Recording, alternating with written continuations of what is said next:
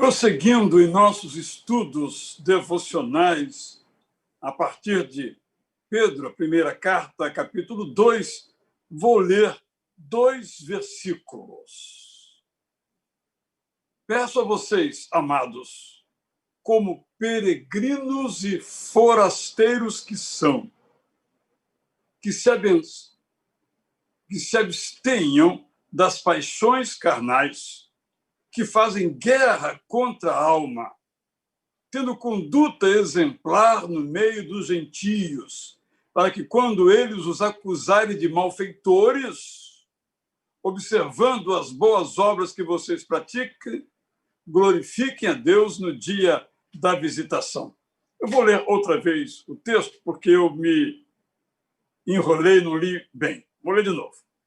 Amados, peço a vocês, como peregrinos e forasteiros que são, que se abstenham das paixões carnais que fazem guerra contra a alma, tendo conduta exemplar no meio dos gentios, para que, quando eles os acusarem de malfeitores, observando as boas obras que vocês praticam, glorifiquem a Deus no dia da visitação.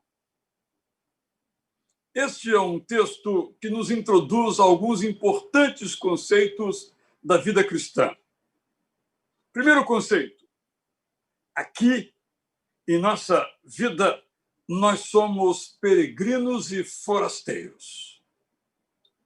Deus disse a Abraão para sempre se lembrar que ele foi chamado de Ur dos Caldeus e era um peregrino em Canaã.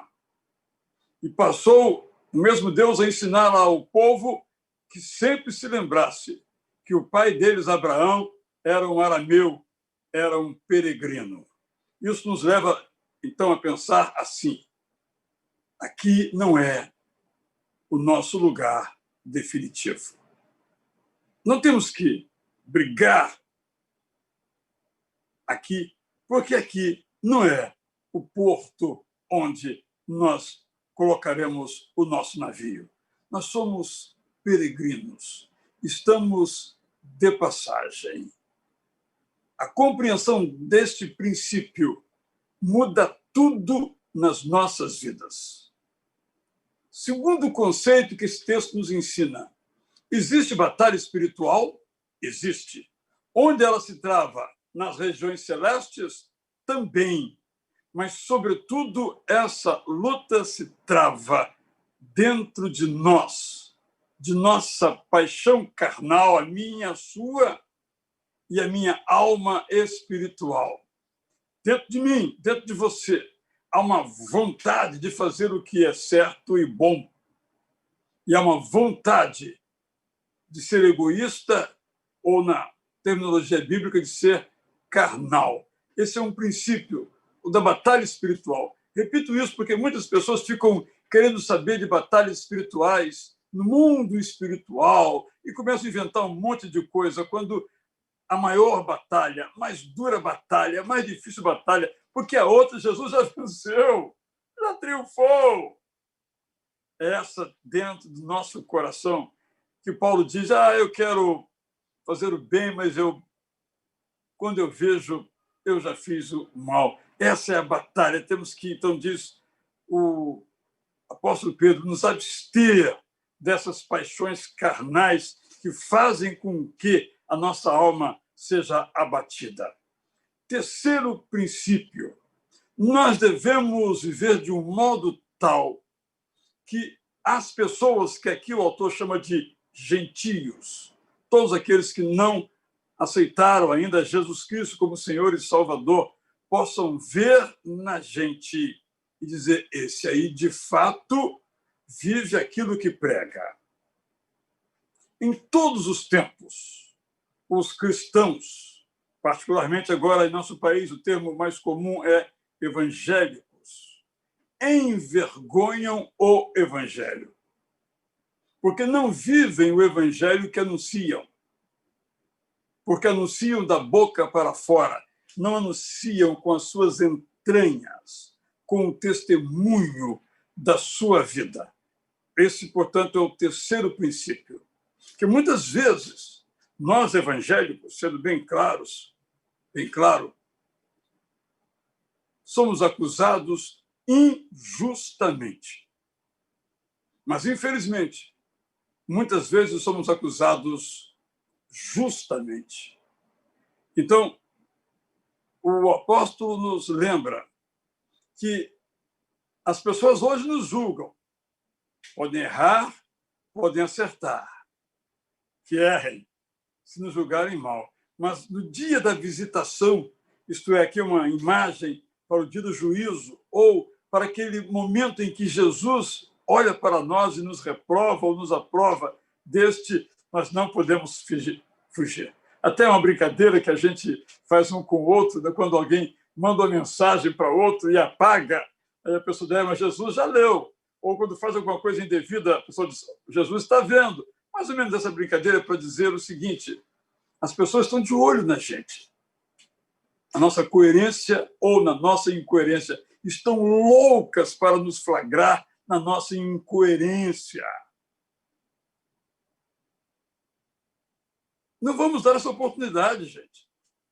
Vamos viver, é o que diz o apóstolo Pedro aqui, de tal modo que os nossos acusadores não tenham com que nos acusar, porque Jesus Cristo já nos aprovou.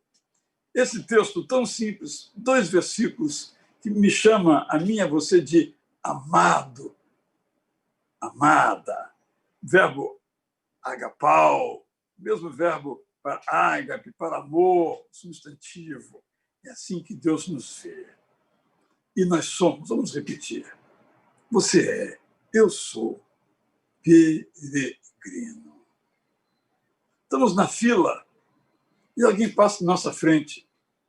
Aí nós brigamos, mas nós somos peregrinos. O que é uma fila?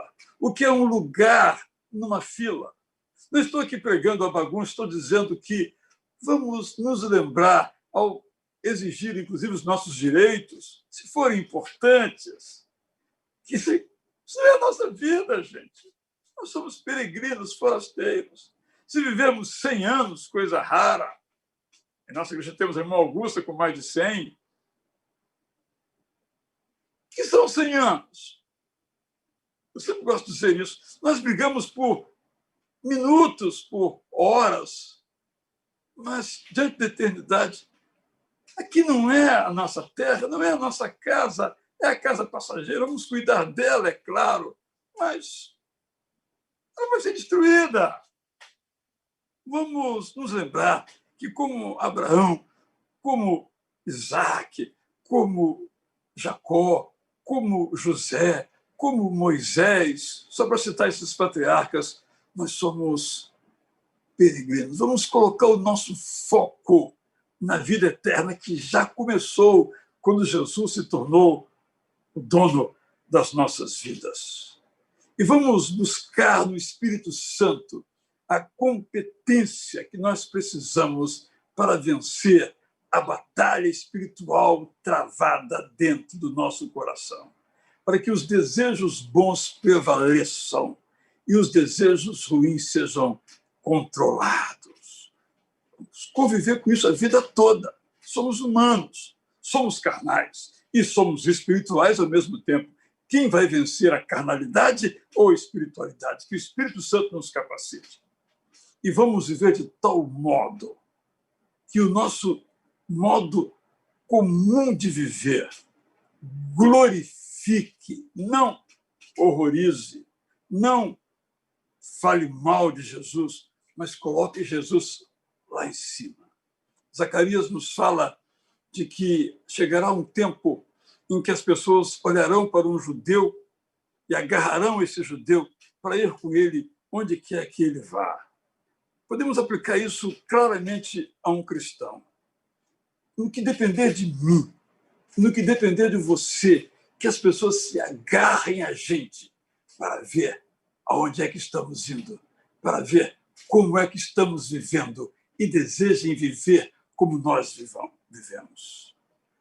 Nós podemos ser imitados, nós podemos ser imitadas, Paulo diz, sejam meus imitadores. Paulo era... Não, Paulo tinha uma noção real da sua vida.